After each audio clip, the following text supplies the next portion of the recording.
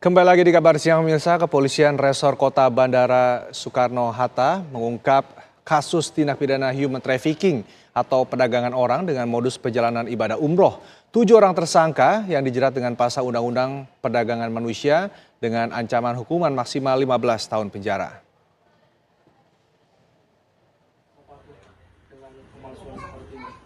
Sebelum-sebelumnya maksudnya, kapan? Satuan Reserse Kriminal Polresta Bandara Soekarno-Hatta, Tangerang, Banten, menggerebek sebuah perusahaan PJTKI yang memberangkatkan korban tindak pidana perdagangan orang atau human trafficking dengan modus perjalanan umroh di Arab Saudi.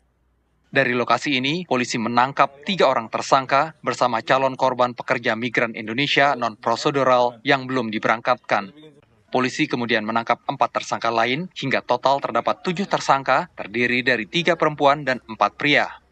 Mereka memiliki peran masing-masing, mulai merekrut calon korban dengan janji akan diberi gaji yang besar, hingga yang bertugas mengantar ke Bandara Soekarno-Hatta, Tangerang, Banten. Sejauh ini, terdata ada sebanyak 25 korban yang berasal dari sejumlah provinsi di Pulau Jawa dan Pulau Sumatera. Para tersangka akan dijerat pasal 10 junto pasal 4 Undang-Undang Nomor 21 Tahun 2007 dengan ancaman hukuman maksimal 15 tahun penjara. Dari Tangerang, Banten, Rusdi Muslim, TV One mengabarkan. Dan untuk mengetahui perkembangan kasus tindak pidana human trafficking atau perdagangan orang dengan modus perjalanan ibadah umroh sudah bersambung bersama kami Kasat Reskrim Polresta Bandara Soekarno-Hatta dengan Kompol Yan Rimono. Selamat siang Pak Yan Rimono. Selamat siang, Mas Rendra. Baik, Pak Yandri mungkin bisa dijelaskan, ini sebenarnya bagaimana modus tindak pidana perdagangan orang kali ini yang berhasil diungkap oleh tim? Ya, Mas Rendra, pada hari ini Satuan Reskrim Polresta Bandara Suta melakukan rilis ya terkait dugaan tindak pidana perlindungan pekerja migran dan atau tindak pidana perdagangan orang ya, yang terjadi di wilayah hukum tentunya Polresta Bandara Suta. Adapun modus yang kemudian digunakan oleh para pelaku adalah korban kemudian digabungkan bersama dengan jemaat yang akan melaksanakan umroh ke daerah atau ke negara Arab Saudi. Baik. Pak Yandri, para tersangka ini sudah berapa lama beroperasi dan dugaan sementara ini sudah berapa orang yang berhasil dikirimkan ke luar negeri dengan negara tujuan tersebut? Hasil keterangan sementara dan kemudian berdasarkan bukti-bukti yang kita sudah peroleh, bahwasanya tersangka ini sudah memberangkatkan sebanyak 4 orang korban. Dan aksinya sudah dilakukan dari tahun 2024 akhir. Kemudian tertangkap oleh Satuan Reskrim Polres Bandara pada tanggal 10 Februari 2025.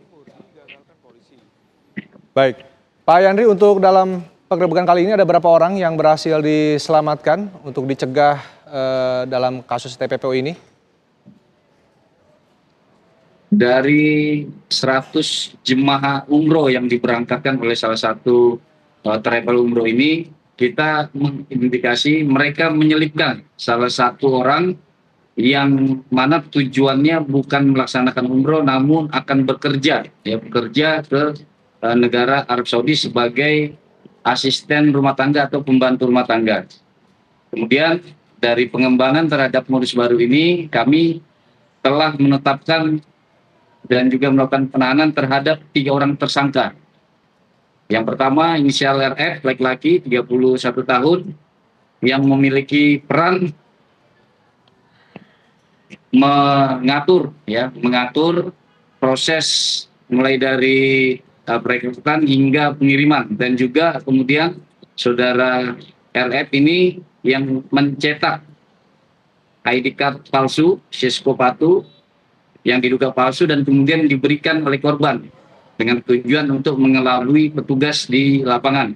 Kemudian tersangka yang kedua ada saudara S, perempuan usia 53 tahun.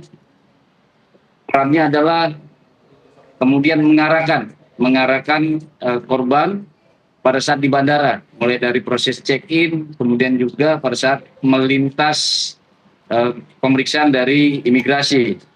Saudara S bersama-sama dengan tersangka yang ketiga, saudara Z, ya, perempuan 19 tahun. Perannya juga sama. Baik, terima kasih Kompol Yandri Mono sudah bergabung bersama kami di Kabar Siang. Kita harapkan kasus ini bisa cepat selesai diungkap. Terima kasih Pak Yandri.